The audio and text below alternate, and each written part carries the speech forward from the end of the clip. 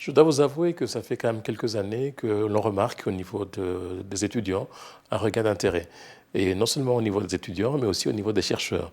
On a quand même des chercheurs qui viennent d'un peu partout, qui viennent justement essayer de pouvoir développer, étudier toute une série de questions liées à l'Afrique.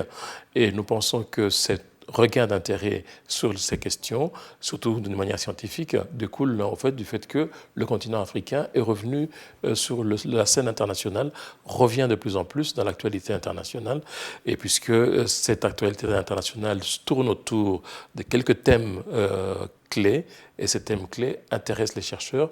On a la question, par exemple, de l'immigration. Il ne se passe pas un seul jour où qu'on ne parle pas de flux migratoires venant de la Libye vers les côtes italiennes. Vous avez aussi les questions du terrorisme dans le Sahel, avec il n'y a pas plus longtemps que quelques jours où on a eu 13 soldats français qui ont été tués. Et aussi, bien sûr, sur les questions économiques, tout le monde s'interroge sur la présence de la Chine sur le continent africain.